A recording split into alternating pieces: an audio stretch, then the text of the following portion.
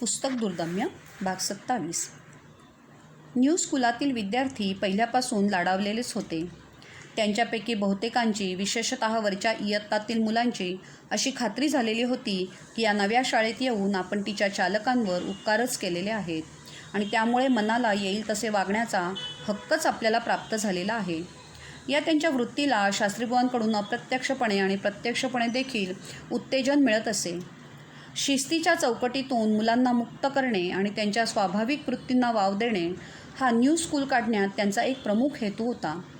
तसे त्यांनी आपल्या भाषणात बोलूनही दाखवले होते.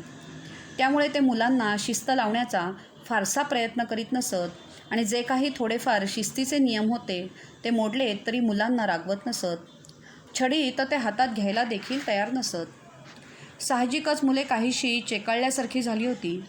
शाळेत उशिरा येणे, मध्येच उठून जाणे, नेमून दिलेला अभ्यास करण्यात टाळाटाळ करणे, वर्गात शिक्षकांना उगीचच उलटसुलट प्रश्न विचारणे, त्यांच्याशी वितंड वाद घालणे असले प्रकार ती नित्य करीत असत.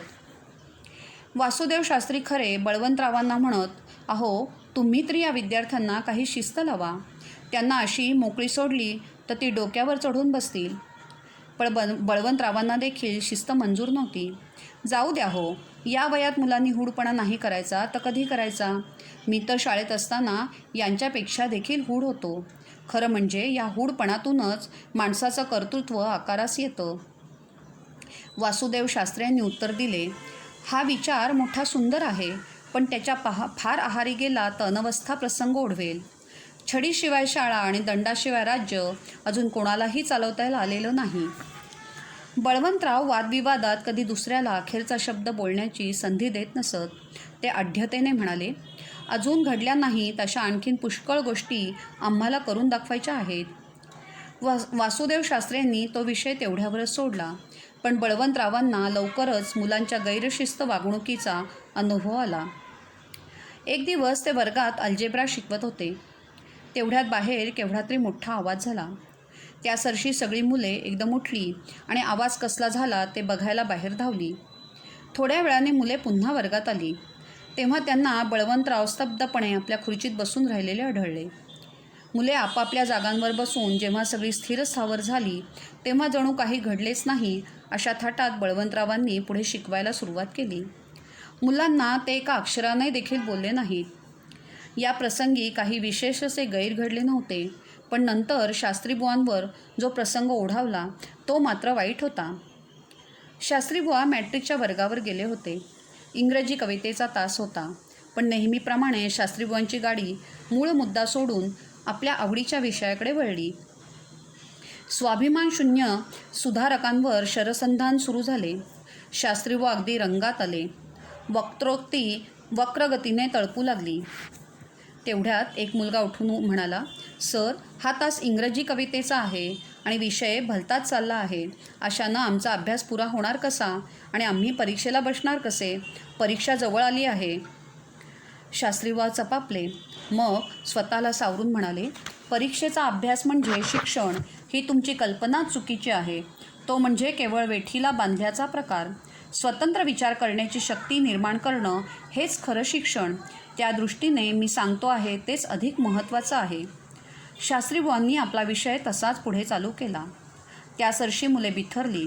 मोठमोठ्याने बाके वाजवून एकच ओरडा करू लागली. शास्त्रीबुवांनी त्यांना नाना प्रकारे समजवायचा प्रयत्न केला, पण ते ऐकेनात. अखेर शास्त्रीबुवांच्या तोंडातून शब्द फुटेनासा झाला. ते अत्यंत उद्विग्न झाले आणि खुर्ची उलटी फिरवून ते वर्गाकडे पाठ करून बसून राहिले. बळवंतराव तेथे धावून आले तेव्हा त्यांना दृश्य दिसले ते असे. शास्त्रीबुवा हातात हात बांधून वर्गाकडे पाठ फिरवून बसले होते आणि पोरे मोठमोठ्याने ओरडत आणि खिदळत होती. मराठी भाषेचा शिवाजी परीक्षेचा किल्ला सर करण्याच्या दृष्टीने नालायक आहे असा आपला निष्कर्ष विद्यार्थ्यांनी त्या दिवशी जाहीर केला होता.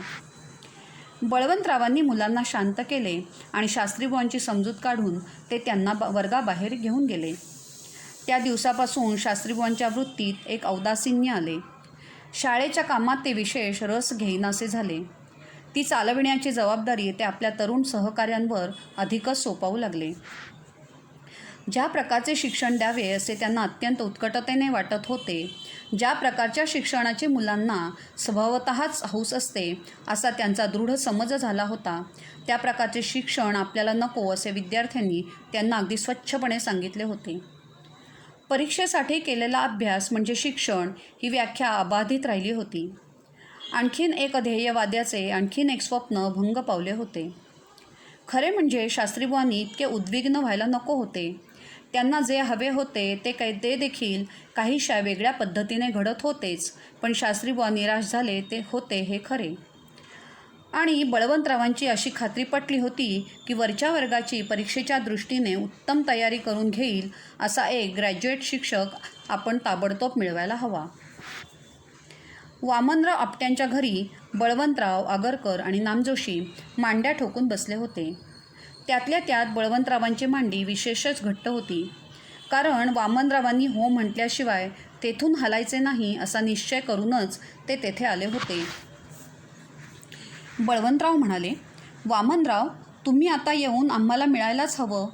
हे काही माझ्या नाहीतर नामजोशांच्या घरचं काम नाही. हे देशहिताचं काम आम्ही आरंभलं आहे. त्याला हातभार लावायचा नाही असं तुम्ही म्हणून कसं चालेल? आणि तुम्ही म्हटलं तरी आम्ही ते कसं ऐकून घेऊ? देशहिताची कळकळ काय आम्हाला तेवढी आहे आणि तुम्हाला मात्र नाही असं थोडंच आहे? दुसरा कोणी असता तर बळवंतरावांच्या या हल्ल्याने गांगरून गेला असता. पण वामनराव आपटे चांगलेच खमके होते. ते म्हणाले, बळवंतराव, हा तुमचा झपाटा आधी थांबवा पाहू आणि माझं म्हणणं नीट ऐकून घ्या. देशकार्य करावं असं मलाही वाटतं, पण मी लहानपणापासून दारिद्र्य अनुभवलं आहे. त्यामुळे काय हालअपेष्टा होतात आणि कोणत्या प्रकारचे अपमान सोसावे लागतात ते मला पुरतं माहीत आहे. देशकार्य करायचं म्हणजे हालअपेष्टांना घाबरून कसं चालेल? आपटे ताठ्याने म्हणाले, घाबरतो आहे कोण? इतकी वर्ष जे सोसलं त्याला आता मी काय म्हणून घाबरेन? मग आता प्रश्न उरलाच कुठे? बुद्धिबळातल्या बिनतोड शहासारखं बळवंतरावांचा युक्तिवाद असे. त्याला कसेही उत्तर दिले तर जय बळवंतरावांचाच होत असे. पण आपटे देखील चांगले हुशार होते. ते म्हणाले, प्रश्न उरला आहे असं म्हणतो कोण?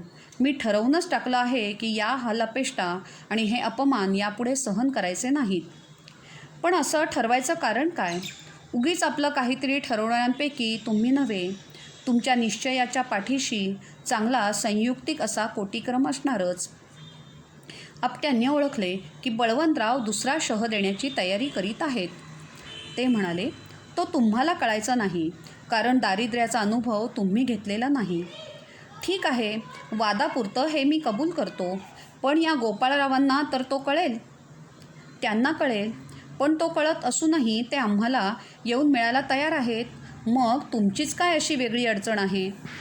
आपटे पुन्हा एकदा बळवंतरावांच्या युक्तिवादात अडकले. त्यातून आपली सुटका करून घेत ते म्हणाले, हा प्रकृतीभेदाचा प्रश्न आहे. एखाद्या माणसाला दारिद्र्यात राहून देशसेवा करावीशी वाटेल, दुसऱ्या कोणाला सुस्थितीत राहून विद्याव्यासंग करावासा वाटेल.